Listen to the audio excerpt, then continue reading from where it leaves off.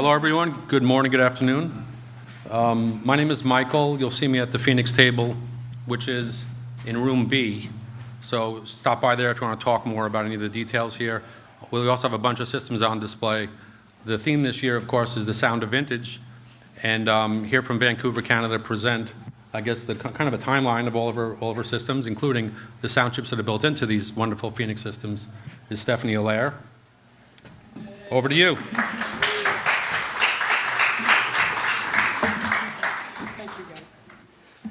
All right, so this is my time. Everybody can hear me properly. Thank you for coming. There's more, I don't know how you call these people. I'm French-Canadian, by the way, so I have an accent, so please forgive me. All right, so today I want to talk about, like he said, I would like to talk about the story of the products I've been designing since 2018, and integrated with that story, I'd like to talk about the music portion of it, like the sound chips and everything, and like the vision I saw at the beginning. And basically it's all about what happened along the way, because this 18th of April of this year, it's going to be 7 years that I've been doing this crazy thing.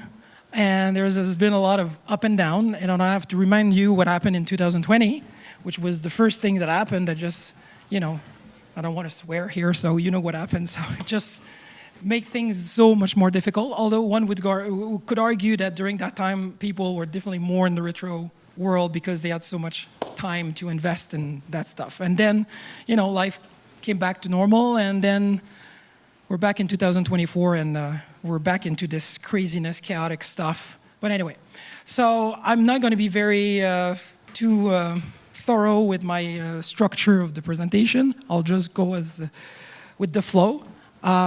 My slide person is busy, so I'm going to... Waiting for you. That's not how you do it. That's okay, not how you do it either. Slide. It's your machine, yeah. Yeah, slide my... There you go. Okay. I'm going to read my slide a little bit, like I said. Early on, when I started, because everything started with David Murray video. You remember about the Gigatron? Probably most people saw that video, and David Murray says, hey, it would be great if somebody designed a retro computer for my dream computer. So I went on and started designing something. I think we were 2 or 3 people who decided to do it. I think I was the only one who actually lasted. And so I started designing it with FPGAs and everything. And this is something that David was not too warm about. And the same year we met together and we realized that, we had a lot of ideas, shared ideas about things, but we were diverging on a lot of other aspects of the design. So he went on his way and I went on mine. And then along the way, because of the marketing or something happened along the way where the idea of me doing something came up to the world and people knew about it. So it got me into doing it. I couldn't turn back and say, you know what, I'm not going to do it. So I started doing it, and I came up with the first design, which was the C256 Foenix. And then from there, everything started to happen. But I would say that at the very beginning, the idea was to, doing retro is about the nostalgia, right? The feeling we have to deal with this computer, going back to it, bringing back to our childhood.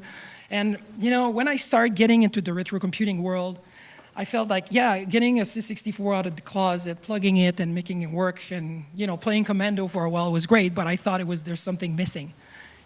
Something about the experience needed to be, it was more than that. When we were young, I thought that it was all the experience about getting to know a machine. You buy a machine, or your father bought a machine for you, you start learning it.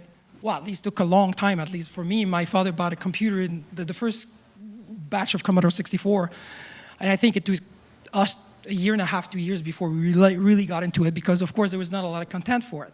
But over the years, we started getting into it. It started to be real fun and everything. So I thought this is the part of the experience that is really awesome, getting to have a new machine, learning the new machine, starting to program with it. And that brings, you need to put a lot of effort into it. And then out of the effort, with success, there's pride and fun. And for me, that was really the meaning of doing this. So I believed in the idea of creating a retro machine, a new retro, to bring people back to this the whole experience. That's just not like pip in your sys64 and say, oh, I have an SD card, it's run great, it's awesome. No, I don't want to diss people who've done that. I'm just saying that I was trying to bring about this idea that, getting back to learn something new and, put the work to get it to work and do what you want was really part of the whole thing. But, you needed some effort to get there. And nowadays, I think we got lazy with time and age. We don't want to struggle so much anymore. So I got to revise my vision at some point. So that's basically what that slide is saying. And so, like I said, I got started, and I think David Murray even shared that enthusiasm for the creation of new software, new games, new application, and try to do it in a different way, But again, I think we tend to go back to what we know, and we don't bother by try to create something new, and that's a hard lesson I learned. Next slide, please. So when I realized these things, so that was the time when I started for me, the closest competition, I would say that was pretty much David's project. Of course, there was the Amiga 65 in Europe, there was the X Sinclair, but they were kind of far away. So for me, it was not much of a competition, and something happened that was not really awesome, because at the time, I don't know if you remember, if anybody followed the X16 projects, early on, David was like, oh, it's going to cost $100, it's going to be awesome, it's going to be cheap like a Raspberry Pi. But at the time, he never really got into the project. He didn't do any of the hardware design at the time. And I think the people around him was not, advising him very, very well. But anyway, so at that point, I was already selling the FMX, and that's one of the second generation where there was like a bunch load of chips, a sound chip, and I will talk a little bit later about it. But still, so it hurt my progress in this world, because everybody was looking at the $300 unit with an 65-816 and a bunch of Yamaha chips together, and they were like, "Oh, this is too expensive." It's like, are you kidding me? $300? This is a steal. But at the time, people were thinking, "Oh, this is too expensive," because David Murray said so. And I have, with all due respect, by the way. So that was one of the struggles early on that I have to face, and I kept going and going and going. And you can move on to the next one. But at the heart of this development, this process I was going through to create these machines, which we'll soon get into and present all the different versions I did, was I call them my dragons. I was fighting two dragons. And the first dragon was myself, because I was getting into designing new things, and I was getting bored, and I had to survive, and I didn't have a big audience to support me like David Murray had a huge audience, so for him it was easy to bring people to be interested in his project, even if his project at the time was more vaporware than anything. And then after many years, I realized that I was diagnosed with ADHD, so that explained the fact that I was just switching from one project to another all the time. But, the idea is that people were getting interested in the project, they were investing in it, but then the sales were going down, there was no interest anymore.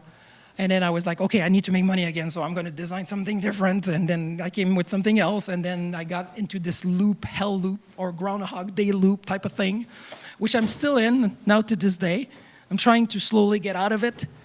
So I really need to improve on my things, but that was my first thing. So it was really about me wanting to develop new things, and when people say, oh, it would be great to have this feature and this feature, say, oh yeah, I could do this, and I went about and do it.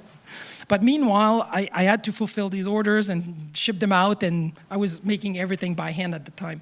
And then I got a machine later to help me out, but still I was doing, 30-40% of the work on my own. All the assembly, the shipping, everything, so I was doing it. So that was the first dragon I had to fight along the way. Next slide, please. So the second one, the most important one, is life. Everybody who got into retro computing, this is a hobby, right? And everybody got excited, they get their stuff, they hang out a bunch of the time on Discord, they finally get their unit, and then poof, they disappear, just leave. Because life is taking over. they're busy, they have a job, they have things, and it's nothing that you can really do, right? So that was my second dragon, which I over 7 years I had to learn with the idea that, at some point there's nothing I can do. I mean, you can try to get people to come back, but if for some reason they came across a difficulty in the design, or the implication, or them working with the unit, or something happened, and for some reason I've been, inflicted more than most, I think, because every time there's somebody who got their unit, they were excited, they're posting their pictures on Discord, and then a month later, sorry, I have to leave, my mom is dead or something. It's like, it happens all the time. It's like, what the hell? So the retaining of my audience was very difficult. But anyway, so these are the two things that have been very difficult for me. But now, let's talk about the products. So when I got started, that was the first, the FMX. That was the 816 base machine at 14 megahertz, and it was comprised of mini sound chip. So inside the board, there were sockets for the SIDS, the OPM, which is the YM2151. There was the OPN2. Oh, I forgot the 2, which is the 2612. Then the PSG, same chip, then in the Sega Genesis, and then the OPL3. That thing was stuffed, and I made about 70 of them.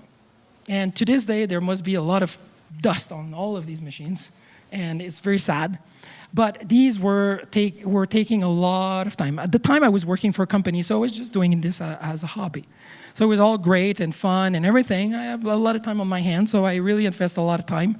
But, just getting all these lasered and everything, I was very idealistic at the beginning. It's like, oh, it's going to be fun and everything. And then, whoops, 2020, and then the little,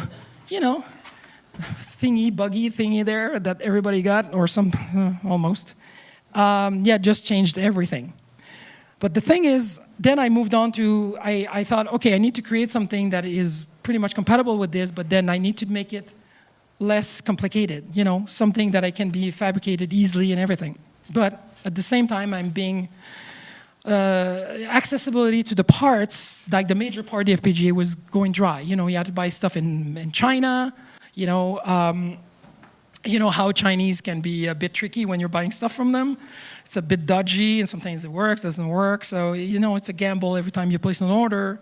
And most of the time, they were like reballed part that they pull out of these boards. And if you know how Chinese remove the parts from the boards with basically like a flamethrower or something, they're not very delicate.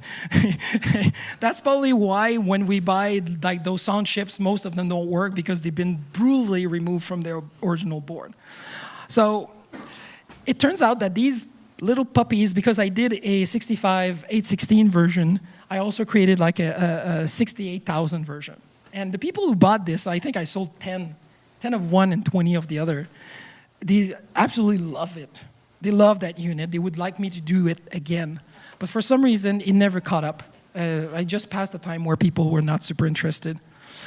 And then time passed by a little bit more. And then finally, I had to come back to, come back on my steps a little bit. At the time, I still kept the OPL3, by the way, on these models, but then I started migrating the sound chip inside the FPGA because, of course, the availability and finding good chips, it's difficult to really find good chips and good quality sound, and it was really like terrible. I would rather have a good FPGA or a relatively good FPGA implementation of those sound chip as opposed to have a shitty, almost dead sound chips from China. But I kept the OPL3 because the OPL3 was very, there was a lot of accessibility. They were, you could still buy these things pretty easily. So I was about to say that then I started to step back and say, okay, I need to go back to the essence because I think people are kind of worried or the 816 is a great processor. Personally, I love the 816, but for some reason, people have a difficulty making the step between jumping from the 6502 to the 816. I don't know why, because when you get to the 816, you can never go back. It's like, oh my God, 16-bit register. Are you kidding me? So yeah, that was awesome. But then I decided to take a different approach in the architecture. So instead of having like a memory for the processor and a memory for graphics, I said, okay, I'll want to do something like the C64 where you have a shared memory. So you put your graphic, you put your code. You don't have to worry about a FIFO or anything like this. You just dump your stuff, and you're going to see on the screen. So this is what I started a new family, which was called the F256 family. And luckily, I don't know why, but this time around, there's a couple of people in the community that joined forces, which is Jessie. Her name is Gadget on Discord. And there was Paul Robson from UK. Maybe you know Paul Robson. I think he's pretty well known. She wrote the microkernel for it, and he wrote the super basic for it. So basically, they worked together to a certain degree, and it just, within 2 or 3 months, they created the backend software I needed to get this product to work. So we started with the junior, and I think a lot of people. So it was really low cost. So I was really trying to please people. I'm a pleaser from the beginning, So I think that was pretty successful. And at the beginning, I was like, just putting a 6502, really basic, same kind of hardware with the C64, try to attract a new kind of people. And then, of course, along the way, I got like, it would be great if there was be a keyboard and everything. And then I designed the K, which is basically like a junior. But, in terms of sound, for example, there's only the 2 SIDs, but you can put real SIDs on this one. And then this one, I put the FPGA SID again, but then I brought back the OPL3. So from all the product line, you have an OPL3 in all the different products.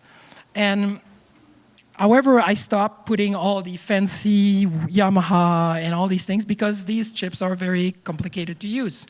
And that's one thing I had to come to terms with because I think that would have been great for somebody to come along, and I will talk a little bit more about it in an instant, but yeah, at some point I was like, okay, this is a waste of time because they're very complex to use. So I threw them out, kept the SID because everybody knows the SID, right? And I had like the PSGs, like the 2149, compatible, I guess, and keep it simple. So the Junior was really the simplest version of what I could do with this platform, and I think it worked great. I think I made like 70 or something, which for you might think, oh, it's not enough, but for me it was a lot. Again, I was building all these things by hand. And then came along GLC PCB and the resin service, printing service, and then like that just changed everything for me. So the K came out, and then slowly you saw migration from the Junior and people more interested in the K because they really love the enclosure, the keyboard, and everything. And why not? It's beautiful. By the way, the newest version is there. If people want to see it, they can pass it around. However, there is no screws, so please keep it sandwiched. Pass it around, yeah, if people want to see it, touch it, have an experience of it.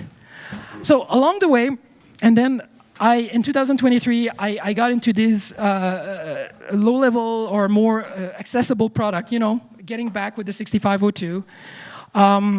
And then I got to get Perfractic to make a video about it. I got Jan Beta in Germany to make a video about it. That was, it was really helpful. But along the way, from 2022, in the back of whatever, I don't know the word. I was still, I went from this 68,000 product and I started designing a new line of big machine product. Next slide will show. Hold on. So I ended up doing the bigger model. And I turned out, after all these years, I stopped doing the crazy thing of just creating more and more and more and never finished them. And tried to concentrate and go back to have 2 or 3 products and try to, spend more time developing FPGA and finishing the cores and really bringing all these products back to a place where people can use them. And I'm working on that right now. So stop designing products. So these will probably be the 3 last one. And just focus and try to make the core better and all the hardware better. And so I can bring back a bunch of people to it. Please change the slide. Okay. So after all these years, 7 years of development, these all are the products I've designed. So 65816, 68,000. From the 68,000, I came up with the Gen X family, which is a mix of a big processor and the 816. So it's a dual processor in different variation. And these are very long to produce, and that was, sorry, it was a big mistake to do that. I've made a lot of boo-boos along the way, so I'll take responsibility for that. But I'm working, like I said, I'm working at trying to really, they're working, but they're not working the way they were supposed to work. So I'm working on that. From that, because at some point I actually started the design of this, and then I came back to do this. And then availability of parts started to come up again, where it was easier to buy a 64, because this is a 68040 system at 25 megahertz. And then the 68040 at 33 megahertz were cheaper and more available than the PGA version. So now that I have access to resin printing, I split the two to have a 68060 and a 68040. And these took a long time to make as well. They're big machines, they take a long time. Meanwhile, I'm working on everything else. So that was impossible for me to just being able to address because I was only one person, and I'm still one person still. So I finished most of these guys. I think I have 2 or 3 left to do. And I stopped selling them, and I focus now on having only one big machine system. And meanwhile, I've been going through the same process here. I start, junior, the K, and then integration. And basically, between 2023 and 2024, actually last year, I went on and decided, okay, I don't want to build these things anymore because I'm doing everything by hand. So I need to get GLC PCB, for example, to make them for me. And that's basically what I did. I redesigned the board so they would be manufacturable and got rid of all the parts that were difficult to get so it would be a lot easier. And so that's why these are the last product I'll design, which, with long-term support. And in terms of music, of course, because this is really the theme, I ended up adding a little bit more because that's what I do. I started adding on these new models the SAM 2695. I'm sure most of you know about this. This is the wavetable small chip from the company Dream. So on top of having the FPGA sound chip, I had the SAM 2695 and also another chip that is a VS1053, which is an MP3 player that you just send an MP3 file and it's going to play it back for you. It's basically a processor, DSP, just doing the work, but there's also a portion of the chip that you can play back MIDI file as well. So you basically have 2 wavetable chips inside. So last year was really about finishing these guys and consolidating the design for these 3 products. So those 3 products are right now being manufactured at 98.5% in China and being sent back to me. I just need to finish them, put them in the enclosure and ship them. But now the world is changing again, right? You have a great leader. Just want to put chaos everywhere. So so as far as I'm concerned right now, my strategy for this year will be to really finish these guys. And I know some of you guys, Becky, she has a Gen X. I need to upgrade it, and to bring back, because I'm designing a new core which will be ported back to really bring about all the feature I wanted to do. And that unit turned out to be the flagship for the future, where I can bring about more cores and more different, because you can select 4 different cores. So there's the 6809 core that is already on the junior here, and Boise is the king and leader of this group working on the OS9 and 6909 operating system. And so this guy has like an FPGA like the Mega 65. So it's really designed to be able to be flexible, being able to bring about a lot of different cores and to bring a lot of joy to you. So if you invest your time in it. This is for the big guys. If you want to do any GUI type Mac way of going about things, this is really where I want to bring this about. And I'm working on it right now. So, where am I with this? I still have time. Okay, let's move on. I know the questions are at the end, but while we're at it, any question about this? Yeah. Okay. The one with the wavetable. Yes. 2 questions. What's the process, the core processor for that system? What do you mean coprocessor? The one that's running the basic system. Is that a 68,000? No, that's a 65. That's a 816. An 816? Yes. With the wavetable. And wavetable, can they be user-defined? Like, can you input or sample your own waves in there? I don't believe so. If you No. check the Dream documentation, you could probably look into that. There's all kinds of NRPN, I think is what it's called, methods. I haven't played with those, but I think it's really just the wavetables that they ship with it, which is a pretty rich set. But probably best to check the documentation of the chip manufacturer itself, and we can lead you to that. I'll give you the information. So you just add these waves together to create your own sounds type of thing? There's this company who makes the Dream. This is a French company that makes those chips. This chip is a low-cost chips. It's embedded in the chip. But there's other version of those. They offer a different solution where you can actually put your samples and everything, but not that one. This is really just to give you the sound of the 90s with the DOS games and everything. This is really what, and you use the MIDI and you just send bytes through a FIFO and it gets into the chip and it does its thing. The 26, just real quick, the 2695 chip, the Dream chip is a general MIDI device. So it has all 128 general MIDI voices and then the percussion set as well. So all of the wavetables are in there really to support the 128, I said voices, I mean patches, yeah. All right. We have it at the table, by the way, if you want to come by and listen to it. It sounds really good. I mean, it's amazing. And I've had synths my whole life, but yeah. Oh yeah. This is going to be awesome. This is really one of the great addition I did because it's an easy thing to use and it's accessible and it just brings a new dimension to the sound creation with the machine. As you know, those Yamaha are quite complicated. And so later I will probably reintroduce in the K2 and the M, those YM 21, 51 and so on and so forth. And Stefany, real quick, yes? the Dream chips are in which of those machines? I know the answer, but... The Dream chips are in the Junior, the K2, the M, and I did I updated the Gen X. I called the board the Gen X Plus, and I put it on the board as well. And also, if you want one, if you have a Junior or an original K, you can add one to yours. And I have that at the table if you want to drop by and see it. And from a software perspective, it's extremely simple to send MIDI bytes to it, to program it to change patches. It's just 2 wires, really. Yeah. Awesome. All right, let's move on.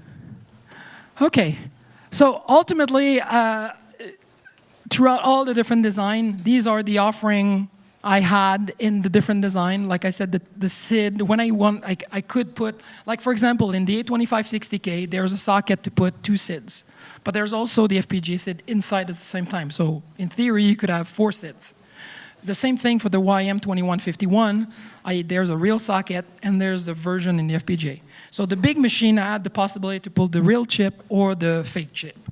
So like I said, these are all the sound chip at some point were offered in all those different machines. Because, and this is this is the thing I didn't do at the beginning or along the way, is that with the general vision of the product, when I came out with the FMX, I was really hoping that one day somebody would come along and create this awesome either tracker or music software that would use those chips all together at the same time. And unfortunately, things didn't happen because, again, my second dragon, life, there is this guy in Japan, his name is John Chow, what's his last name?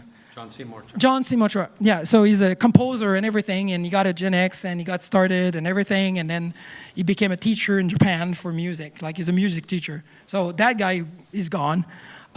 So, the thing is, these things are complicated to use, and I think it would be awesome to be having like a tracker that could use all these chips at the same time within the machine, not like what's the software that people, Furnace? Like Furnace can support like a ton load of chips, but it's in the PC, right? So it would have been awesome. So that's kind of the unrealized dream that I didn't have, I didn't see yet. Maybe with the newer machine I'll see it. But yeah, so to be over with this, so the PSG, the SN7649, the 2612, the OPL3, SAM 2695, and like I said, the VS1053 is coming from a company called VLSI, and it's a DSP inside, and you just throw the file like OGG and FLAC and all these guys, and it's just going to play back. So I thought it would be great to add to any people want to do a game or something. You just play back a file or an MP3 simply, and it does play the MIDI file format 0 as well. Okay, so this is a summary of all the different offering throughout the different products. So the first 256 Foenix, the FMX, the U, the A2560U, which was the 68,000, the Gen X, the X. The X was the Gen X without the 8/16 portion, and the K, which is the keyboard version, the new version. Anyway, so you see most of these guys had MIDI port. They had the SID, either in FPGA. All of them had the SID, either in FPGA or socket or both. And so the Yamaha, the same thing. Although, like I said, I dropped those Yamaha later in the new design. And then I always kept the PSGs. I thought they were the most accessible parts. The Opel 3 was complicated, but I thought, they're I can buy them and not having too much issues, with too many issues with these guys. Sometimes I did, depending on the batch. You remember the flamethrower thing? Yeah. And then from the new generation, I started bringing those SAM 2695, and that was Michael in Quebec that brought this idea. So that was that's the offering now in these new machines. All right, so so that's basically what I was talking about, the idea of bringing about a software that would use all those chip about. And so far, it's kind of weird because now that I kind of put that idea aside, there's few people in Discord and very, I would say premium community members that decided to take on these chips one after the other. And one of them is Michael in Quebec. Like I said, Muon, that's his handle. And he's been trying to work every single one of them and bringing them about. Michael here also worked out, starting to work with the different chips to do some music stuff and everything, because he's very music Moog type guy here. You'll talk more about it in a second. And so maybe one day will come about or not. It depends. So for me, the music was always very important, but I kind of jump into a deep end with this stuff and not realizing that it's not for everybody. It's not everybody that want to spend the time to learn how to, use a FM operator and the different aspect of trying to get the best out of these chips. I think the knowledge is reserved for certain people that really worked on them. And so it was really inaccessible for most people that got into the retro computing or the new retro computing world. So we never know. Maybe it will come about. Who knows? But for me, it was always interesting to bring as much as I could, and maybe one day somebody will reuse them in a game, somebody will create or something. And I think it's coming. It's going to take a while. Because, retro computing is a hobby. And people have lives. And you're not getting paid to develop games for it. So I think I'm coming to an end with this. That's basically what I just said. So next. I think I can wrap this up now to say that at the end of the day, right now the world is changing again. Accessibility to a cheap manufacturer might be difficult in the future. So I still sell these. I'm still selling these products, those three, although I might come to a point where I'm going to start selling them more as a seasonal thing, and really focus on the core of those products and really bring about the community. It's a small community, but it's a tight one, and to develop the cores and bring more feature and try to get the people that got units to come back to it, and focus on the big machine. Mostly this year will be really on the 68,000 machine. And like I said, because there's a lot of people doing 6502 stuff like X16, all the other guys. I think there's a Neo 6502, the X16, the Mega 65, they're all just doing 6502. So for me, it's like the only niche I can keep going with and nobody is doing is the 68,000. So I'm really going to focus on these machines. Because on the other hand, the K and K2, they're pretty mature now. So I don't have to do much. I just need to finish also the 6809 implementation. And that's another aspect. I think there's somebody, well, not that there is somebody working on doing the OS 9 for 68,000 as well. So that's going to be really interesting on the 68,000 machines. So yeah, this is what's going to happen in the near future, and we'll see where it goes. I think again, hopefully the Phoenix will rise again and we can bring about more people to it and bring energy back and try to support it as much as I can to bring those people back to it. I think that's pretty much the last one. Yeah, that's basically what I just said. I think if people want more information, more details about the machine, we can talk about it later. How much time left? I think 10 minutes or so. Okay, you want to jump in? I'll say just a couple quick things. Stefany, well, we passed around the F256K2 machine. It's over there on the stool. If you came late and you haven't seen it, you can, go grab it, have a look at it. Yeah, there's the other one too. Yeah, I'm going to pass that out. That's my favorite machine because it's the kind of the heritage of the 6502 processor. You can do 65816 if you like, that kind of bigger memory map, 16-bit registers, etc. And it has all the sound chips in there and some fancy toys too, like a little display on the top of it. And it's a beautiful case. So that's, I really like the original K, but that's obviously the one to get at this point. Also, just to show you the size and scale, the K2 that Stefany mentioned is this big. It's tiny. The junior, you mean? The junior, sorry, yeah. The junior, otherwise known as the junior 2. It's tiny, it's as always, two-sided board. It's impossibly tiny. And it's got just about everything that has here. So it's pretty impressive. It runs off USB-C, so you don't even need a special adapter for it, USB-C. What's the video type? Can you say it? The connector is a micro HDMI. Micro HDMI Yeah. connector. Plug it right up to a kind of, modern monitor. And it's got an I/O header if you like to hack and add things on there. So that's pretty impressive too. I should say that both of these run Nitrous 9 if you like 6809 and you like OS 9. And then the third product is here as well. We didn't pass it around. Maybe you want to talk a bit about it? This is the M. Yeah, this is the M. This is the 68060. Well, it's an LC060. The LC is very cheap. It's very available. And this is meant, like I said, to be more like a Mac type machine. You boot and you get something executed. It has like one could argue that it's outside the realm of new retro. Although if you consider that the CPU is 30-year-old, you could consider that it's not that recent either, because they're 1 gig of DDR memory on it, and I put a PCI Express slot on it. So if you want to drive an old graphic card and create some driver for it, or audio cards, anything, big storage, you can do this. And I use these, I don't know if you know WizNet, they're doing these embedded stack IP chips. You basically, one of them, like the Wi-Fi module here is just an ATA-A's interface. You're just dropping your stuff, it just takes care of everything. And there's the network, like the cable, the copper network that is basically the same. It comes with a driver and it just does all the work for you. And then I still keep this, the floppy controller, the 2 comms, the LPT1, this Super I/O chip from back in the day, it's still there. So it's a mix of new stuff and old stuff.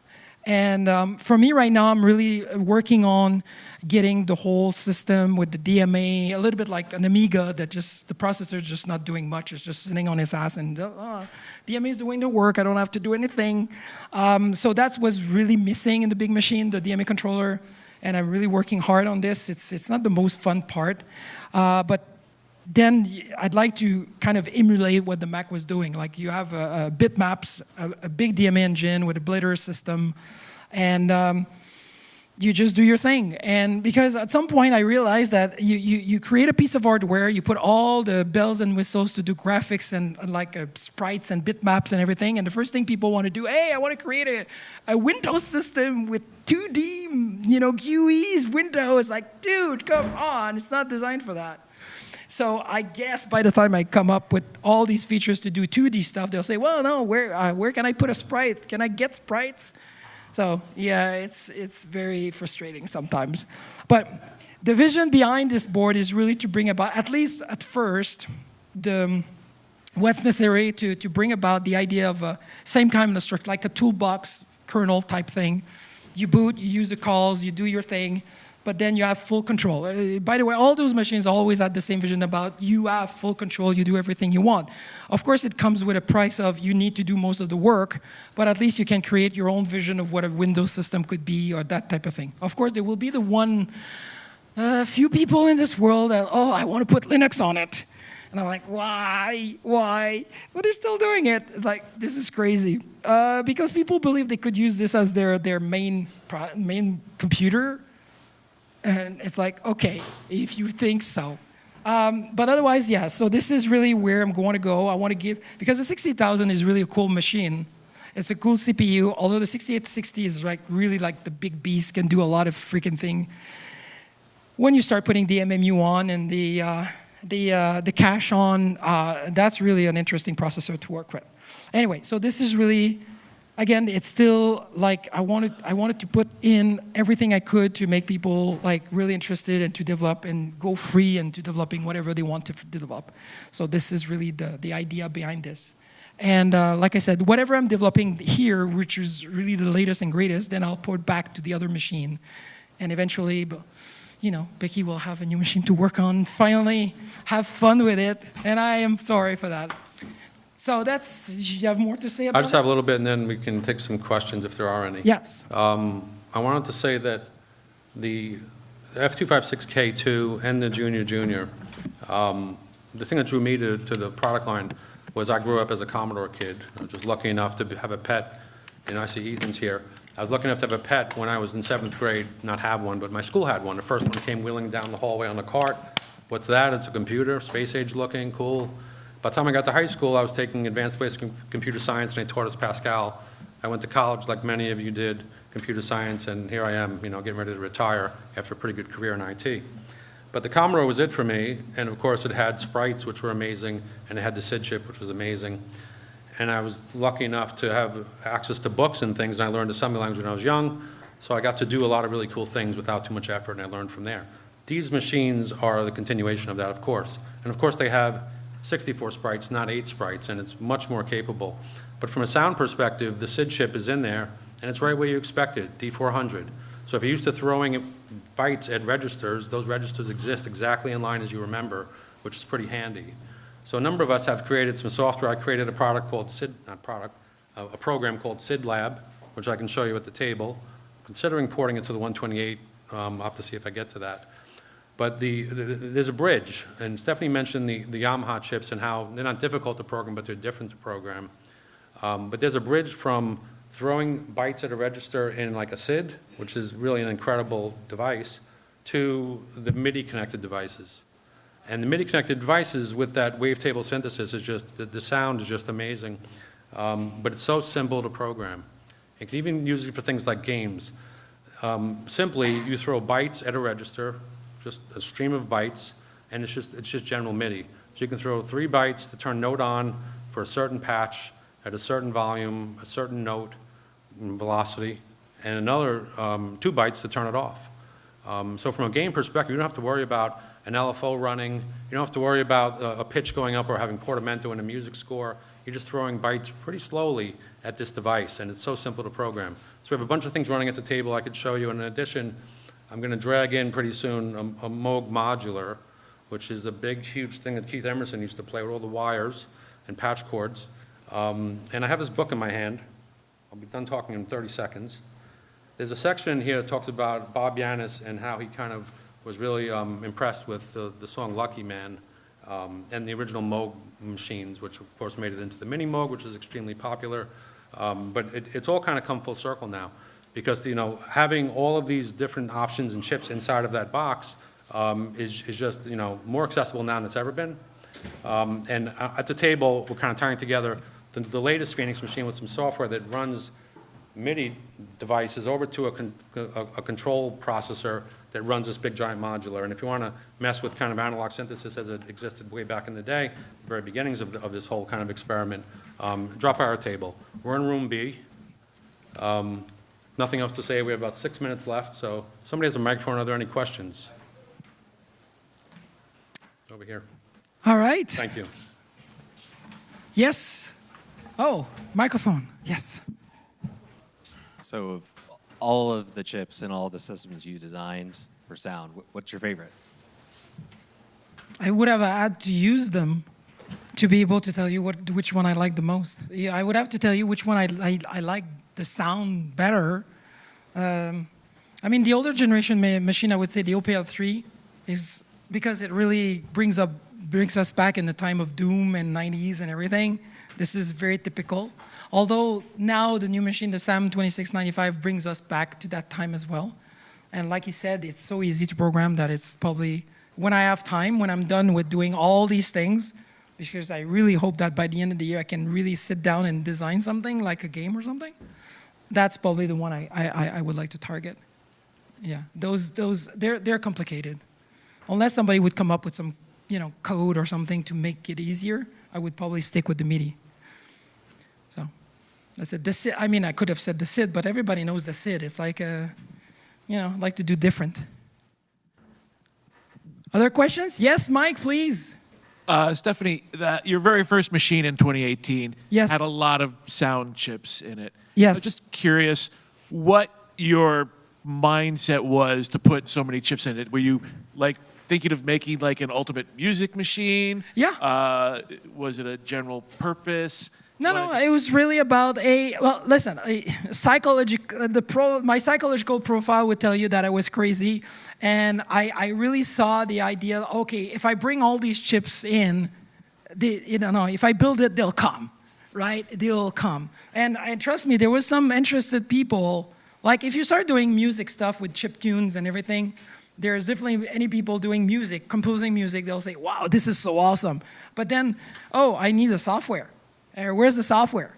And that's the part I was kind of a bit naive about, because I figured, somebody will pick this up, they'll do it, right? Or I should have done it instead of creating 20 machines afterward. But yeah, that was the idea at the time. It's like, if I put all these sound chips, it's going to be so awesome. 6 voices there, 12 voices there, it's going to be epic. And I still believe it.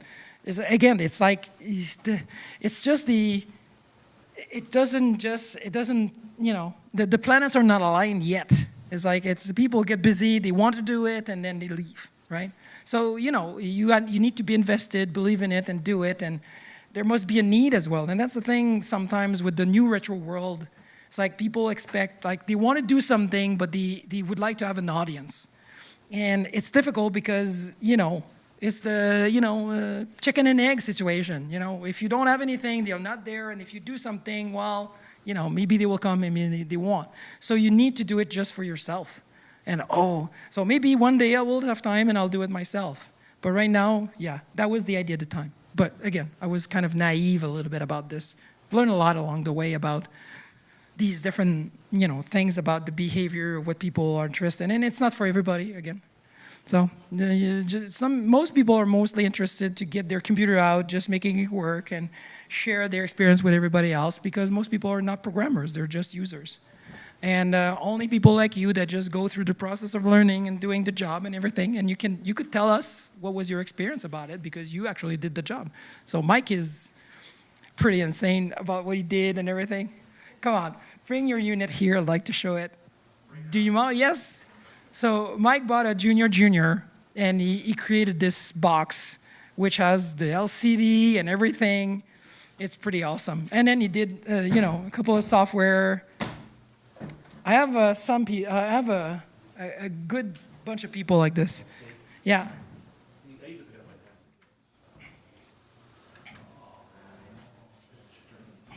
Is it on? Okay. So what do you think? This is pretty awesome, right? And the case and everything, yeah. Now don't go away. I'll give it back to you. This is really, I was going crazy with this, with the thing, yeah. Anyway, so yeah, that was my mindset. Becky had a question. Yes. A quick question. On the 68060 model, are you using an actual 68060 with an FPU, or are you using the LC without one? The LC without one, because the FPU is already inside the FPGA. I already like doing all the full floating point stuff inside the FPGA. So therefore, if I use 68,000 FPU instructions, it will use the coprocessor? You mean the special not supported instruction 64-bit thingy? You know, there's a few extensions. The 68060 doesn't do like the 32 by 32 with 64-bit results. You have to have a vector for it and do it in software. But yeah, I would use the internal FPU to do it. Okay, thank you. You're welcome. Anybody else? Other question? Over here.